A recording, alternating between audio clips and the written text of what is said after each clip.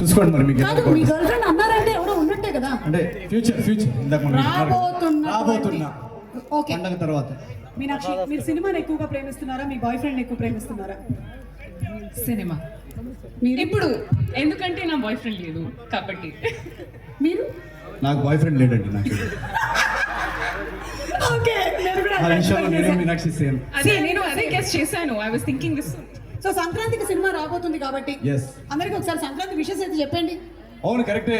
మన తెలుగు రాష్ట్రాల్లో ఎక్కడున్నా first of all actually Sankranti wishes చెప్పే ముందు ETV 30 years yes, and Eenadu 50 years. Eenadu 50 years. Yes. So congratulations to the ETV group. నేను జనరల్గా ఇందాక ఎవరో అడుగుతుంటే చెప్తున్నాను, మా ఇంట్లో చిన్నప్పుడు పెరుగుతున్నప్పుడు నేను, మా నాన్న, అమ్మ, మా గ్రాండ్ పేరెంట్స్ అండ్ ఈటీవీ వీళ్ళే మా ఫ్యామిలీ మెంబర్స్. ఈటీవీ అనేది ఒక ఛానల్ కాదు, ఒక ఫ్యామిలీ మెంబర్.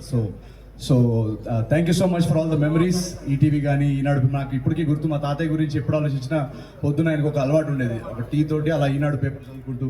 సో మా తాతగారి గురించి నేను ఎప్పుడు ఆలోచించినా ఆ ఈనాడు పేపర్ అనేది నా మెమరీస్లో అలా పాతుకుపోయి ఉంది. So thank you so much the ETV group and Eenadu group for all the memories.